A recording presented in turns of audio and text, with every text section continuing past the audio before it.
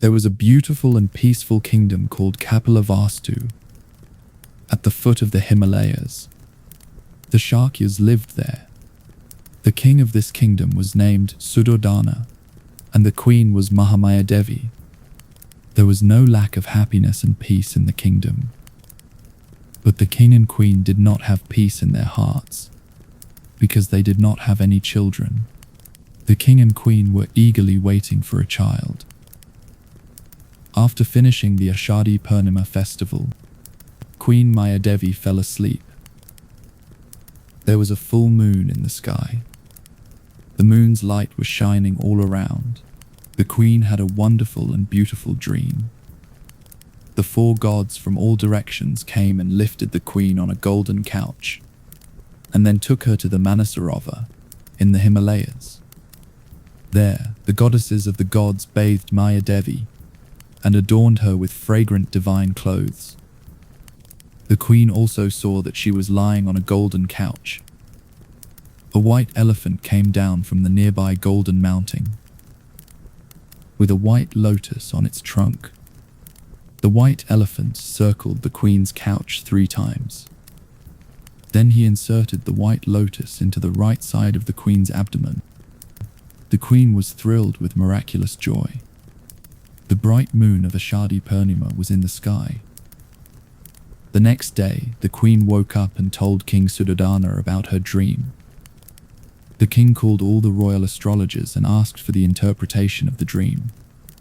They said, "Your Majesty, there is good news. The queen will have a son from Mayadevi. A great man will appear in the Sakya dynasty. In time, he will be a great sage who will remove the suffering of all living beings. Rejoice, Your Majesty." Thus the days passed, and the auspicious day of Baisakhi Purnima arrived. At this time, the queen wanted to go to her ancestral home. The king agreed and made arrangements for her to go to her ancestral home. The queen's journey route was decorated and leveled from Kapilavastu to Devdaha, along with her friends. The queen rode a golden palanquin and went to her ancestral home. On the way, between the 2 cities, was the Lumbini forest, surrounded by a grove of trees, surrounded by flowers and leaves, and filled with the chirping of birds. The queen wanted to rest in this shady forest. At his command, the palanquin was stopped. The queen walked a short distance, stood under a grove of trees, and held a branch with her hand. Immediately, her labor pains began. Her companions surrounded the place with cloth. Meanwhile, at the auspicious time of Baisakhi Purnima, under the grove of trees in Lumbini, the future Buddha Siddartha Gautama, the light of the world, was born. After much effort, the king and queen's wish was fulfilled, so the son was named Siddartha. It is said that Siddartha walked 7 steps at birth, with a lotus flower blooming on each step. At this time, the gods everywhere sang joyful songs. Siddartha was born into the world. It is said that on the same day, the Bodhi tree of Gaia, Rahul's mother Gopadevi, the 4 needy Kumbhas, the 4 Mangala elephants, the horse king Konthak, the charioteer Chandaka, and the son of Amatya Udayi were also born. They had a special relationship with Siddhartha's life. Queen Kapilavastu returned with a grand procession, carrying the infant Kumar. The kingdom was filled with joy. The city dwellers reveled in the festivities, but a shadow of sadness fell over this joy. Queen Mayadevi died 7 days later. Her stepmother Mahaprajapati Gautami, raising the infant Siddartha. She was Mayadevi's sister. As Siddartha was raised by Gautami, he became known as Gautama. He is known to the world as Gautama Buddha. After the birth of Prince Siddartha, sage Asita came to see him. He was also known as Maharishi Kaldaval. He was overwhelmed by the sight of the baby prince, and at first expressed joy. After a while, his eyes filled with tears. The king became worried and asked the reason for his sudden joy and sadness. Sage Asita said, "Your Majesty, this prince will become a great wise Buddha who will show the world the path to freedom from suffering. That is why I am happy. But I am old. I will not have the fortune to hear the Buddha's teachings. I will die long ago. That is why my mind was filled with sadness." Siddhartha grew up with utmost care under the care of his stepmother Gautami. Pet rabbits and baby deer and peacocks were his playmates. His childhood days were spent in joy in the unique atmosphere of the palace and gardens. The king did not want to hide Kumar from his eyes. Once there was a festival of ploughing in the city. On that day, the king, the nobles, and the nobles would drive the plough or plough with their own hands to start the agricultural work of the whole year.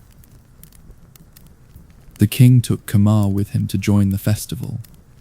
Here, Kumar saw that the insects that came out of the wet soil during the ploughing were being eaten by birds and frogs. A snake came and swallowed the frog.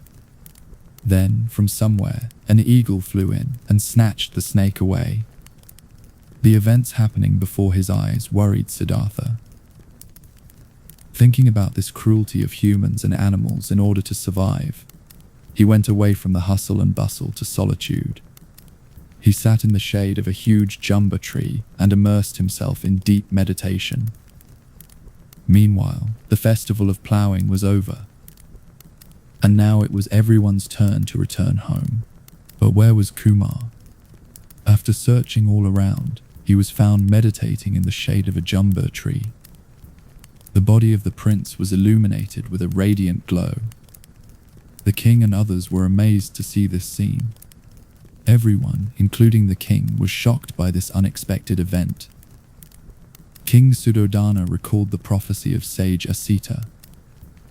When his meditation was broken, the king returned to the palace with his son. Siddhartha Gautama gradually entered the age of 16. King Suddhodana, sensing his son's indifference and aloofness, felt the urge to marry his son. He arranged a Swayamvar meeting. Kumar Siddhartha Gautama sat in the royal court with Ashokava by his side. Beautiful princesses and noble daughters from different kingdoms came one after another. Kumar handed over gifts from the Ashokavadar to them. The whole day passed in this way. Kumar could not choose any princess. Just as he was about to leave his seat, the graceful princess of the neighboring kingdom of Kolya, the smiling and soft-spoken Yashodhara Gopa, entered. The Ashokabahadra was exhausted. Kumar hesitated. Then Yashodhara, the daughter of Dandapani, smiled softly and asked, "Is there no gift for me?" Prince Siddhartha immediately put his ring on Gopadevi. At this scene, everyone present at the meeting was filled with joy. King Suddhodana sent a formal marriage proposal to Gopa's father, Dandapani. Dandapani was delighted to receive the proposal. But he told him that according to family tradition, the groom for their daughter would have to prove his superiority in horse riding, archery, and horsemanship. Therefore, on the appointed day, Prince Siddhartha entered a competition with Kshatriya princes from home and abroad. He proved his superiority by winning in all of them: horse riding, archery, and horsemanship. On the assembly stage, Gopa placed a garland around Siddhartha's neck. Siddartha Gautama was married to Yashodhara Gopa, the Bodhisattva's companion in all his births and afterbirths. With great pomp, Maharaja Suddhodana celebrated the marriage of his son. Gautama became a married man, and the king was also free from worries. In a beautiful palace built for different seasons in a garden adorned with flowers, filled with the chirping of birds, the days of Prince Siddhartha and his princess Gopadevi began to be spent happily. There was no pain or sorrow anywhere. The world seemed to be filled with joy. in the Taoist assembly, who is the kingdom or the prince? One day Siddhartha expressed his desire to go on a journey. King Suddhodana made arrangements so that his son's journey would be pleasant. The prince, accompanied by his charioteer Chandaka, set out on a city tour. He was accompanied by his beloved horse. They traveled a long way. The city was well decorated. The city's inhabitants were well decorated and happy. Everyone welcomed Kumar with joy. As he advanced a little further, he suddenly saw an old man, weak and disheveled, walking with great difficulty with a cane in his hand. Siddhartha asked Chandaka, "Who is this Chandaka?" "White hair, pale skin, weak body." Chandaka replied, "He has grown old because of age. Everyone becomes so old and weak one day when they grow old." He said to Chandaka, "Turn back the chariot. I will not travel again today." The next day, he went out to tour the city again. When he came outside the city, he saw a man moaning under a tree, his face and eyes twisted in pain. Siddhartha asked Chandaka again, what happened to him? Chandaka told him that he was ill. All people suffer from illness at some point. Kumar became depressed again. He was immersed in deep thought. That day too, he went back to the palace. Returning to the palace, Kumar began to think about those old and sick people. Will everyone be so old? Do all people suffer from illness like this? Thus, on the third day, Siddhartha, immersed in thought, again went out to tour the city with his charioteer Chandaka on the back of the horse Kanthak. When he came some distance outside the city, he saw some people carrying a dead body on their shoulders and going to mourn. Seeing this group of mourners, Siddhartha asked Chandaka, what happened to them? Why are they crying? Chandaka replied with a sad heart that they were carrying a dead body. The deceased was a close relative of theirs. They were mourning the death of a loved one. Siddhartha asked again, will mourning bring the dead back to life? Chandaka said, no, Kumar. Dead people do not come back to life. He asked again, does everyone have to die like this? Chandaka replied, yes, Kumar. Everyone who lives has to die one day. Seeing this fate of the living, Siddhartha was very sad. He returned to the palace with a sad heart. On the fourth day, while going out for a walk in the city, he saw a monk meditating under a big tree in a secluded place some distance outside the city. Siddhartha was attracted by the sight of the calm, gentle, meditative monk. He asked Chandaka, who is this? What is he doing? Chandaka replied, he is a renunciant monk. Having abandoned the illusion of the world, he is striving to know the truth. In an instant, Siddhartha Gautama's consciousness of renunciation was awakened. He saw himself in the monk. He vowed to find a way to be free from the sorrows, old age, and diseases of the world. He ordered Chandaka to return the chariot. On the walk in the city, Siddhartha, having seen old age, disease, death, and ascetics, truly understood the consequences of human life. This is called Siddhartha's four-pointed vision. After the four nimittas, Siddartha Gautama's mind was restless. He was always deep in thought. The scene of the young monk's deep meditation left a mark on Gautama's mind. He also decided to leave home in search of freedom from suffering. Before leaving home, he thought of taking his father's permission.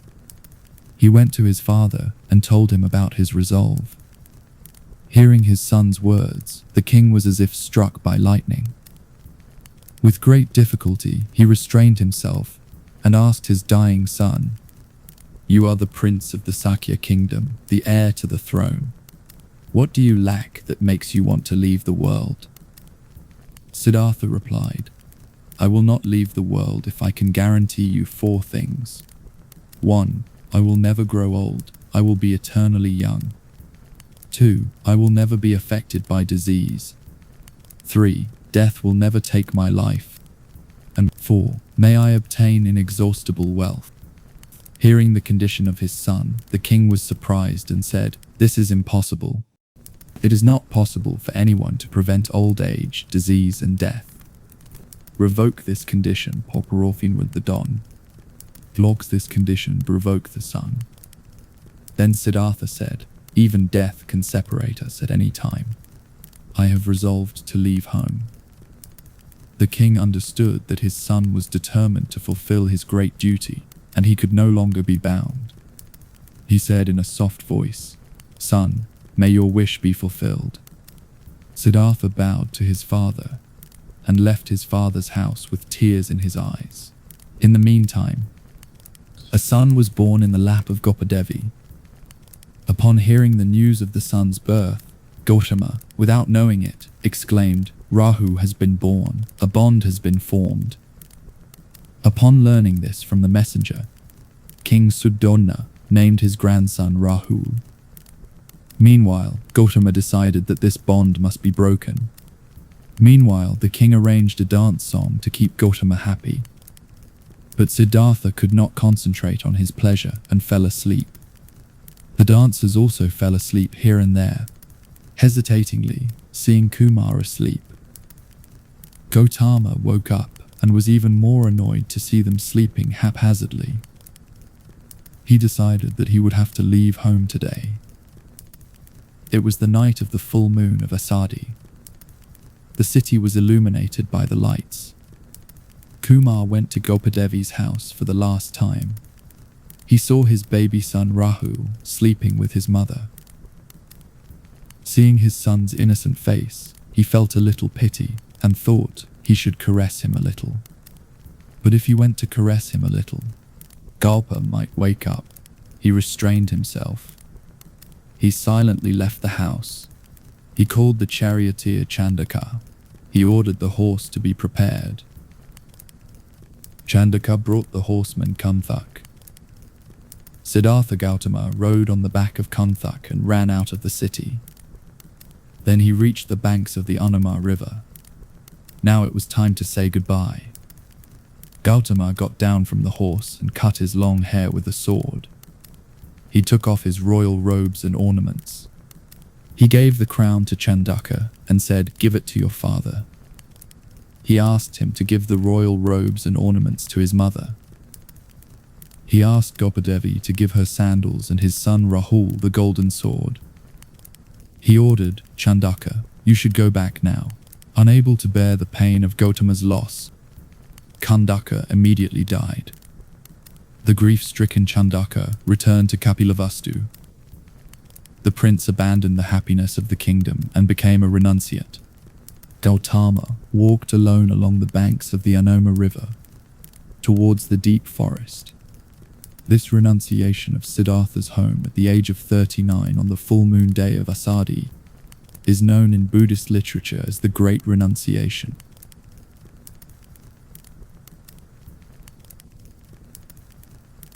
Leaving Rajgriha, Gautama came to the lap of nature, surrounded by rivers, forests, and mountains. After staying for some time in the ashram of the sages, he reached the city of Vaishali. Here he became a disciple of sage Aradakalam, learned his philosophy. He also practiced the 7 stages of his samadhi.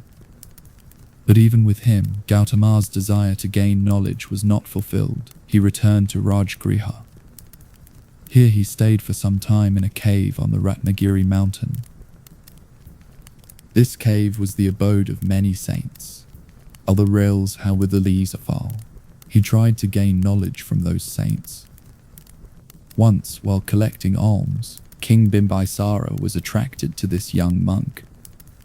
He called him to Rajpuri. He requested him to give up the strict ascetic life and take a high position in the royal court. But can a person who has left the royal throne, high position or wealth, divert him from his goal? He has renounced the wealth of the kingdom. He studied with the contemporary renowned teacher Ramputra Rodrak for some time. At one point, he attained the same level as the guru. At the same time, he realized that although the guru's teachings and method of practice were very lofty, it was not possible to attain true knowledge through them. He took leave of the guru and left the royal residence. 3 disciples of Orada Kalam, Kaundinya, Bapna, and Ashwajit, and 2 disciples of Guru Ramputra Rudrak, Mahanam and Bhatia, joined him. He walked a long way from Rajgriha to Urabella. The place was surrounded by beautiful nature. He came to a village called Sinani. There was a deep forest nearby. The river Nairanjana, a flowing stream, flowed through it. Another name for this river is Falgore. Gautama was always attracted to the secluded nature. As a result, he liked the place very much. He decided that he would engage in penance here, to know the end of suffering. 6 years passed in hard practice. Gautama's beautiful body became worn out. He became unable to walk in his weak body. He was so weak that one day he went down to bathe in the river and could not get up. With great difficulty, he was able to climb up to the bank by holding onto the branch of a large tree nearby. He realized that such hard practice would push him towards death. It would not be possible to know the way to get rid of suffering. He realized that the true path of practice would be to eat little and follow the middle path. Neither severe practice nor luxurious life is conducive to liberation from suffering. Therefore, he adopted the middle path. Seeing the ascetic Gautama eating, his 5 disciples Kaundinya, Bappa, Bhatia, Mahanam, and Ashwajit left him.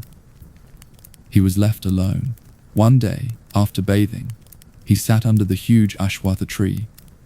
At that time, a housewife from the village of Senani, named Sujata, gave the ascetic Gautama alms.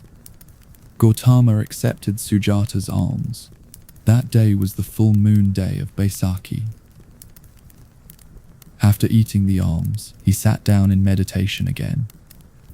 He vowed that he would not get up from this seat until he attained Buddhahood. The moon of the full moon of Baisakhi was in the sky.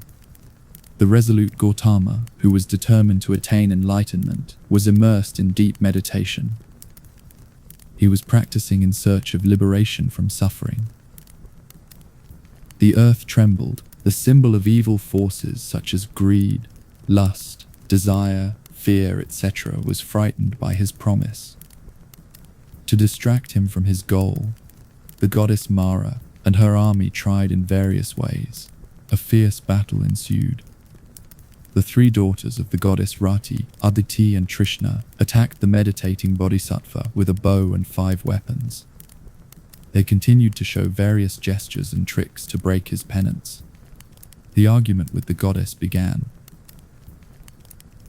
He declared in a strong voice, "If the mountain's poles were displaced, the whole world merged into nothingness. All the stars and the astrologers fell to the ground with Indra. All the living beings in the world agreed, and the great ocean dried up. Still, they would not be able to disturb me from this seat in the slightest." In the war, Mara was defeated by the Shakya lion. Siddhartha Gautama became the Buddha after attaining enlightenment. He was 35 years old at that time. Sitting in meditation, he gained knowledge of the past births, or the knowledge of the past births, in the first watch of the night. In the second watch of the night, he became divinely sighted. In the third watch, he became aware of the origin of birth, aging, disease, and death. He realized the 4 noble truths. He discovered the noble 8-fold path, the way to stop suffering. The word body means supreme knowledge, or the highest knowledge. Having attained body, he became the Buddha. The Ashwatha tree, under which he attained Buddhahood, is called Bodhi tree or Bodhi drum. He is known in the world as Gautama Buddha. The place where he attained Buddhahood is known as Buddha-Gaya. After attaining Buddhahood, his life as a bodhisattva ended. He attained the knowledge of the path of nirvana. He saw that ignorance is the cause of all our suffering. The destruction of ignorance is possible through. After attaining Buddhahood, he became radiant. The sound of joy resounded in the world. By destroying thirst, he conquered suffering, broke the bonds of birth and death. For the next 7 days, he sat in the Vajrasana under the Bodhi tree and attained happiness. In the second week, he stood at the northeast corner and looked at the Bodhi tree with fixed eyes. He remained there. In the third week, he circumambulated around the Bodhi tree. In the fourth week, he sat in the Ratanagar Chaitya and experienced the bliss of liberation. In the fifth week, Ajapala sat in the lotus position under the Nagaruda tree and remained in meditation. In the sixth week, he spent meditating under the Muchalinda or Muchakunda tree. He spent the seventh week meditating under the Rajayatana tree. Here he enjoyed the bliss of the path, the bliss of the fruit, and the bliss of liberation. At the end of the 7 weeks, when the Buddha broke his meditation, 2 merchants named Tapasu and Balaka were passing by. Seeing the enlightened great man meditating at the Rajayatana root, they worshipped him with honey and pitha. The Buddha happily accepted the tributes of the merchants. It was 59 days since Sujata had accepted the food. Later, this was his first meal. While accepting the tributes, the Buddha preached about his unique path to liberation. The 2 merchants who were pleased took refuge in the Buddha and the Dharma. He gained the honor of being the first devotee of Buddha. He was blessed by Tapasu and Balaka. Since the Sangha was not yet formed, they became famous as 2-voiced devotees. The 7 places associated with the memory of attaining Buddhahood, namely Bodhi Muen, Bodhi Palanka, Animesha Chatya, Chankraman Chatya, Ratangar Chatya, Ajapalanaga Groda Vriksha, Muchalinda Mul, and Rajayatana Vriksha are called the 7 great places in Buddhist scriptures. Buddhists pay homage to these 7 great places with utmost respect. After attaining enlightenment, the Buddha decided to preach his newly discovered Dharma. For this he appeared at the Rishi Patana Mistragadab of Sarnath on the full moon day of Asadi. His 5 former companions were staying there at that time: Kotinya, Banga, Badiya, Mahanam, and Ashwajit. He first preached the newly discovered Dharma to them. They were the first monks to be initiated by the Buddha. The Buddha began his first rainy season in that forest with the 5 disciples. At this time, Shrestiputra Yash and his Thor, he said, "I am a monk, a deity, a human being, a monk." There was a dense forest on the way to Urabilva. In that forest, the Buddha was resting at noon under the cool shade of a large tree. At that time, a group of young men came to him in a noisy manner and asked, "Lord, have you seen any women passing by this way?" Then the Buddha said, "Kumars, what do you need of women?" The young men said, "That woman, Nagarnandaka, came to the Pramodavihara with us. We were all indulging in the pleasures. Taking this opportunity, Nagarnandaka ran away with our valuable clothes and belongings. We are now wandering around in search of her." The Tathagata now asked the young men, "Which do you consider better, the search for this prostitute or the search for the soul?" "What is that again?" the Kumaras asked in astonishment. The Buddha asked them to sit quietly, and they also bowed down to the Buddha and sat down in front. Then the Buddha explained to the young men what self-inquiry was, and told them religious stories. This enlightened the young men. they took initiation from the Buddha. On the way to Urubela, he initiated many people into this beneficial religion. Among them, the fire-worshipping Kashyapa brothers were notable. As promised, he went to the palace and accepted the invitation of King Bimbisara. The king gave him the Venobana Vihara.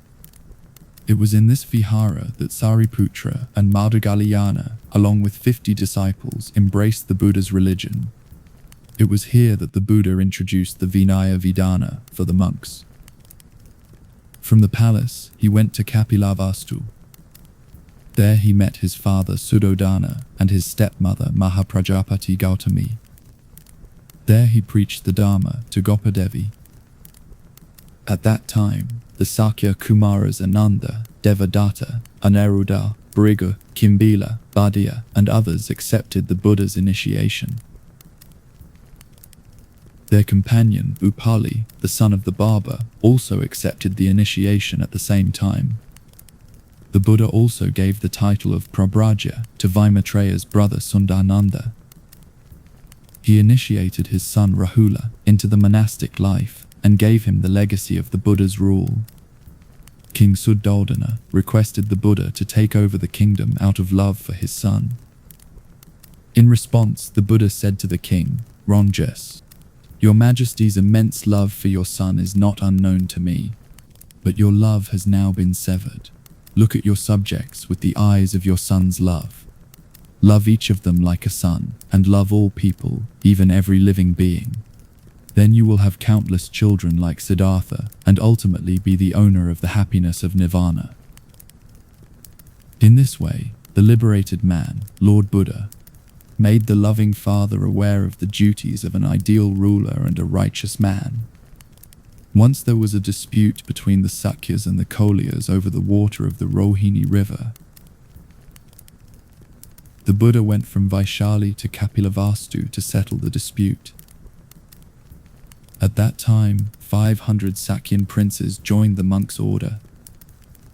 Their wives, led by Mahaprajapati Gautami, approached the Buddha and requested permission to take the nunnery. But the Buddha rejected their request and went to Vaishali. Mahaprajapati and her companions, undeterred, followed the Buddha to Vaishali, cutting their hair and wearing saffron robes. They arrived at the monastery with their injured feet and requested the Buddha a second time. Finally, Anandathera prayed to the Buddha to ordain them as nuns. Finally, when the Buddha granted their request, Mahaprajapati Gautami's wish was fulfilled. The nunnery was established under the leadership of Mahaprajapati Gautami, with Gopa and other Sakyan women. In this way, the women entered the order. In connection with the establishment of the Bhikkhuni Sangha, the Buddha told his beloved disciple Ananda, "O Ananda, women can also be entitled to the fruit of ordination like men." He also said, "Women are worthy of the higher fruit of ordination, and if the number of bhikkhunis like Kashema, Utpalavana, Dharmadina, Bada Kapilani increases, there will be no harm but good in the rule introduced by me." He also said that women are equal to men in the fruit of the path. There is no difference. Once upon a time, the Buddha was staying in Sravasti. The only child of a helpless woman named Krisha Gautami died. She, almost mad with grief for her son, rushed to the Buddha and requested that her only son be saved. The Tathagata Buddha was aware that it was not possible to bring back the dead. But the grief of this grieving woman had to be alleviated. The real truth had to be explained. The Buddha said to Krisha Gautami in a calm, slow voice, "Bring a handful of mustard seeds from a house where no father, mother, brother, sister, son, daughter, or anyone else has ever died." The grieving mother, holding her dead child in her arms, went from door to door of Sravasti, all day long, in search of a handful of mustard seeds. But even though she found mustard seeds, she could not find a house where no one had died. The exhausted Krisha Gautami finally realized that everyone is subject to death. Death is the inevitable end of human beings, and her son is no exception. Then she returned to the Buddha. The Buddha said, "It is not possible to save a person who is affected by death in any way. Only a living person is subject to death." Hearing this, Krisha Gautami's grief was relieved, and she attained enlightenment. She took the vows and entered the nunnery. In this way, the Buddha helped the seekers to understand the truth through real experience. During the Buddha's time, the caste system had reached its extreme, but the Buddha opened the entrance of people of all professions and castes to his Sangha. There is no place for any class, caste or caste discrimination in Buddhism. The Buddha's Dharma and Sangha attained perfection with the association of many people, including the Brahmin Bharadvaja, King Bimbisara of Magadha, King Prasenjit of Kosala, various royal families, Opali the barber's son, Kshatriya princes, Amrapali the city groom, the untouchable Sunita, the great Anathapindika, the maid Purna, and the goldsmith's son Kunda. They contributed to the growth of the Dharma, Sangha, Vinaya and the Buddha's rule not by birth but by merit. Buddhism, inspired by the mantra of equality, friendship and compassion, created a renaissance in India, which was plagued by various forms of discrimination at that time.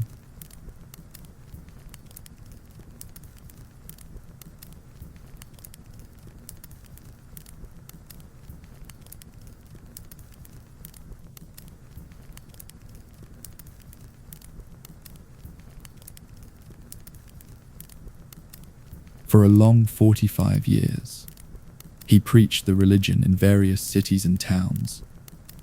Among them, Bodh Gaya, Saravasti, Sarnath, Kausambi, Vaishali, Rajgriha, Baji, Malla, Paba, Kushinara, Chuna, Kanauj, Mathura, Alavi, etc. are notable. Gautama Buddha wandered around for 45 years, preaching the beginning, middle, and end of the Dharma that is good. Then, on a Maghi Purnima day, he was staying in a garden called Shapal Chaitya in Vaishali. On that day, he announced to the monks, gods, and people present that he would give up the life-sustaining system on the next Baisakhi Purnima date. Gautama Buddha, the light of the world, would attain Mahaparinirvana. Then 3 months later, on the eve of Baisakhi Purnima, he arrived at Kushinagar with the monks. Arriving at a place called Paba in Kushinagar, he accepted the hospitality of the goldsmith's son Kunda. After eating, he felt sick. Returning from Paba, the Buddha lay down to rest under a pair of yamaka, yam trees in the grove of the Mallas. The moon of Baisakhi Purnima was in the sky. The Buddha's beloved disciple, Ananda, and other monks were sitting around the Buddha. During the Buddha's last moments, Ananda became very anxious. The Buddha said to Ananda, "O Ananda, wander as your own lamp. Self-restraint is the only refuge. Wander as the lamp of the Dharma. The refuge of the Dharma is the only refuge." He also said, "O Ananda, wander as your own lamp. Self-restraint is the only refuge. Wander as the lamp of the Dharma.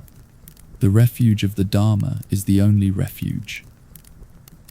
He also said, "O Ananda, in my absence, you may think that the teachings of the Shastra have ended, that we have no more Shastra. Ananda, do not think so. Ananda, the Dharma veneer that was taught and proclaimed by the Great One is your Shastra in my absence." Then, at the last moment, he initiated Subhadra. The Buddha asked the monks present for the last time whether anyone had any doubts about the Buddha, the Dharma, the Sangha, or the path I had shown. The assembled monks remained silent. At this time, he gave his last advice. "O monks, the samsaras are spent. The Dharmasil, perishable. Be diligent in your duties with the negligent. The Buddha's last words are narrated in the Mahaparinirvana Sutra. As soon as he uttered the last words, the Buddha immersed himself in meditation, passing through one stage of meditation after another. He entered Nirodha Samadhi and attained the supreme bliss of Mahaparinirvana in the third watch of the night. He was then 80 years old. His body was preserved for a week. The aged Mahakashyapa set fire to his pyre. The Brahmin Drona divided his remains into 8 parts. The Ajatasattrus, the Lichavi, the Sakyas, the Bulyas, the Kolyas, the people of Bethadwipa, the malice of Pava, and the malice of Kushinara received a portion of the relic. The relic of the Buddha is called Buddhadhatu.